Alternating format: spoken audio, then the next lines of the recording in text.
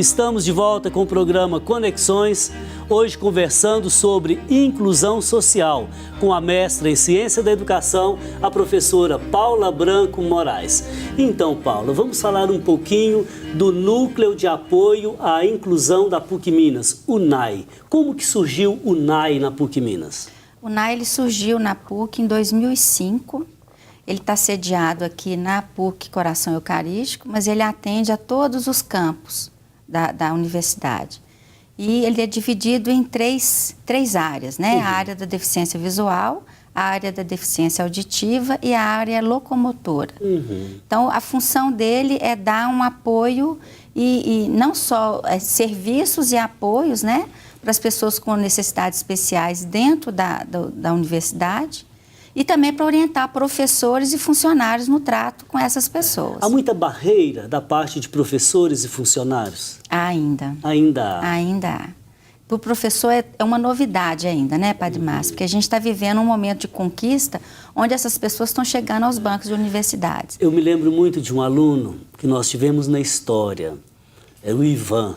Ele tinha, se não me engano, paralisia cerebral, não sei qual deficiência. Ou seja, enfim, mas inteligente, ele ia aprendendo, mas o tempo dele não era o tempo dos outros alunos. Isso demandava um esforço pedagógico muito grande da parte dos professores e paciência da parte dos alunos. E é um aprendizado para o professor também, né? Porque você, ao conviver com eles, você está exercitando sentimentos que vai te tornar uma pessoa melhor. E a turma, de uma maneira geral, ela exercita, né, a paciência, a colaboração, e dando a oportunidade para esse sujeito, para ele também ser produtivo. Agora, é muito gratificante, né? Eu tive a experiência o ano passado de participar de um grupo focal com uma orientanda minha do mestrado, a Jaqueline Crepaldi. E a pesquisa dela era como que... seis alunas lá no curso. Como que crianças de 8 a 10 anos desenvolvem as ideias religiosas. E sentir aquelas crianças... perceber como que elas falam, como elas se comunicam, é muito gratificante. Muito. E poder se fazer entender diante delas, né? Isso é muito bacana. Agora, o que o NAI proporciona aos alunos do ponto de vista prático? Na área da deficiência visual, é produção de material braille, né, que seriam provas, alguns arquivos que são menores são feitos em braille. Agora, aqueles arquivos mais extensos, eles são jogados nos ledores de tela. Então, eles pegam esse texto, vão digitalizar, vão formatar e jogar num ledor de tela. Fora isso, são as audiodescrições também. Às vezes é uma aula com muito slide, a pessoa vai para audiodescrever esses slides, um filme que ele for assistir.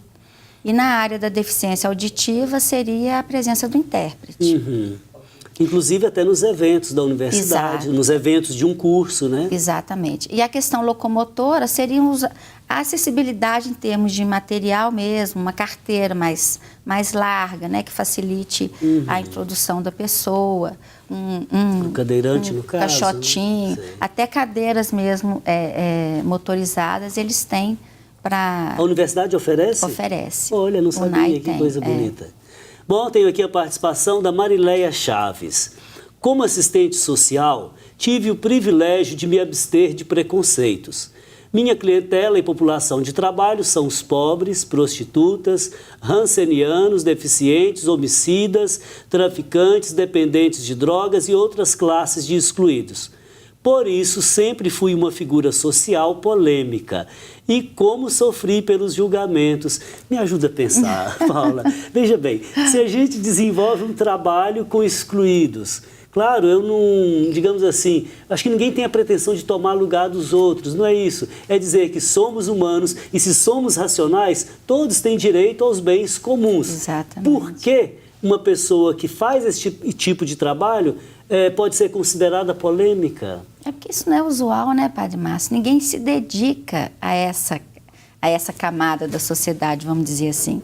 Uma vez eu fui perguntada por uma pessoa o que o curso de tecnologia em comunicação assistiva formava. Então, quando eu falei quais seriam, quero ser um profissional intérprete de Libras, um braillista, um guia intérprete, aí eles falaram... Para quê? Mas como? Existe um curso que forma uma pessoa para ajudar Na verdade, é isso. As pessoas não estão preparadas para esse tipo de comportamento. Não Ou é seja, usual. suponhamos, temos uma palestra na universidade. Aquele curso tem, digamos, 2 surdos. Portanto, eles têm direito lá ao intérprete, né? Se não houver o intérprete, eles não vão acompanhar nada, a não ser que haja um texto escrito, né? Mesmo assim, a questão da escrita para o surdo, muitas vezes, ele não tem o domínio da língua portuguesa. Então, ele precisa realmente do intérprete. A gente tem intérprete de Libras, né? A gente Língua tem brasileira relatos de professores que, ao ler um texto escrito por um surdo, ele não entendeu o que ele escreveu, porque a forma com que ele elabora o texto é a mesma forma que ele elabora para falar em Libras. Entendi. Então, veja bem, de um lado nós temos os marcos legais, que são uma garantia, uma referência. De outro lado, temos o aspecto cognitivo, o aspecto de construção dentro da cultura para a inclusão. Exato. De outro lado, Paulo, eu acho que temos o lado espiritual. Quando entendemos que o outro é outro, que ele não será igual aos conceitos que eu tenho, que ele não terá o desenvolvimento e a desenvoltura que uma pessoa considerada normal, do ponto de vista físico, da visão ou da audição, ou da evolução do cérebro, por exemplo. Tem um lado espiritual aí, que me faz amar esse diferente, não tem? Tem, é claro. É a questão da aceitação, que eu acho que é a base para você conviver e aceitar uma pessoa, você tem que aceitá-la do jeito que ela é. E a inclusão, a base da inclusão é essa. E essa aceitação, ela não é só relacionada ao próprio indivíduo que tem a deficiência, como as pessoas que estão no entorno dele. A família, principalmente, ela é muito importante. Porque se a família aceita esse sujeito, ela vai inseri-lo na sociedade. Agora, se ela não aceita, ele não vai ser inserido em lugar nenhum. Com certeza, fica difícil, né? Agora, para você, qual que foi a motivação para trabalhar com inclusão social? Foi a maternidade, né? Eu tive um filho deficiente visual e quando ele entrou na fase de ser alfabetizado, eu fui convidado pela escola que ele estudava, que era o Instituto São Rafael, para aprender o braille, para dar um suporte para ele em casa, né? E eu já era pedagoga na época e surgiu uma vaga de supervisão dentro do Instituto e eu fui convidada para trabalhar no Instituto. E aí estava no meio... Aí comecei a conviver não só com alunos, mas com profissionais deficientes visuais, né? E eu aprendi com eles que a deficiência ela não traz um impedimento de ordem nenhuma.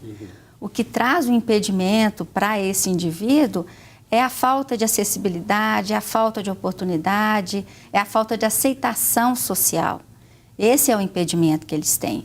Porque fora isso, eles não têm impedimento nenhum.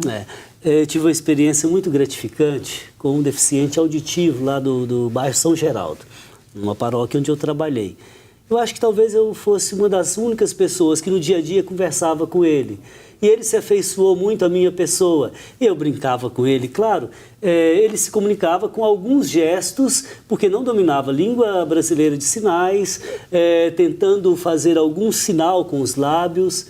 Mas muito gratificante, né? Você percebe a imagem e semelhança de Deus ali diante de você. Exatamente. Né? Ou seja, ele fala uma outra língua, que não essa nossa língua articulada. Exato. Bom, Marileia Chaves, obrigado pela sua participação.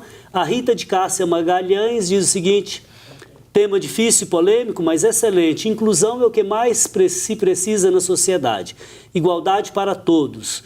Não que eu seja pessimista, mas vivemos numa sociedade onde o preconceito ainda é forte.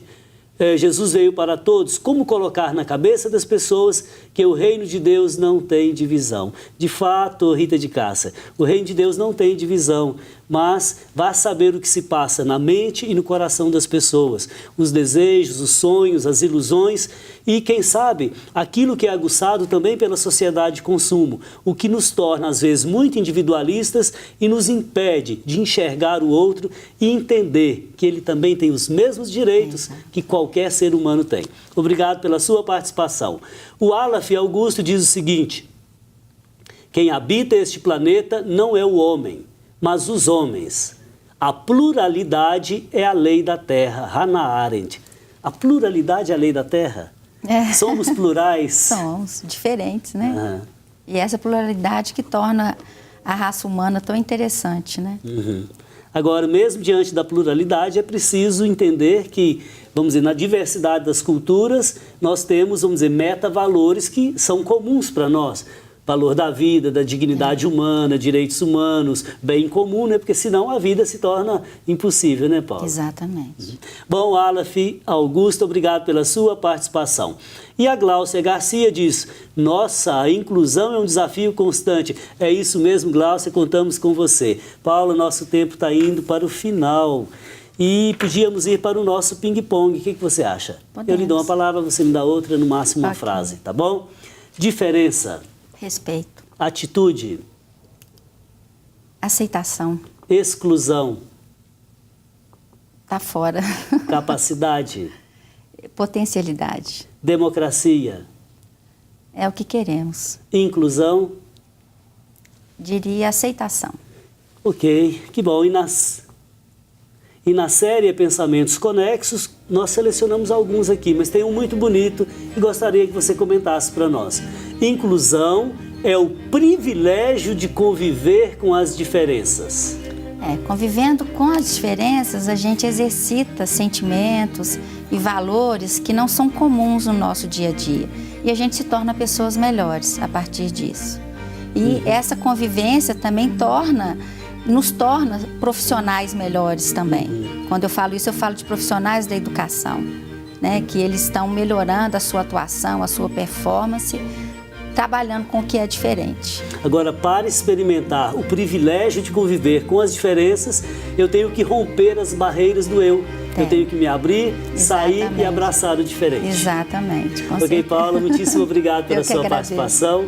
Foi uma festa espiritual ouvir você aqui hoje. Ai, que bom, gostei muito. Quem dera que o mundo fosse igual e diferente ao mesmo tempo.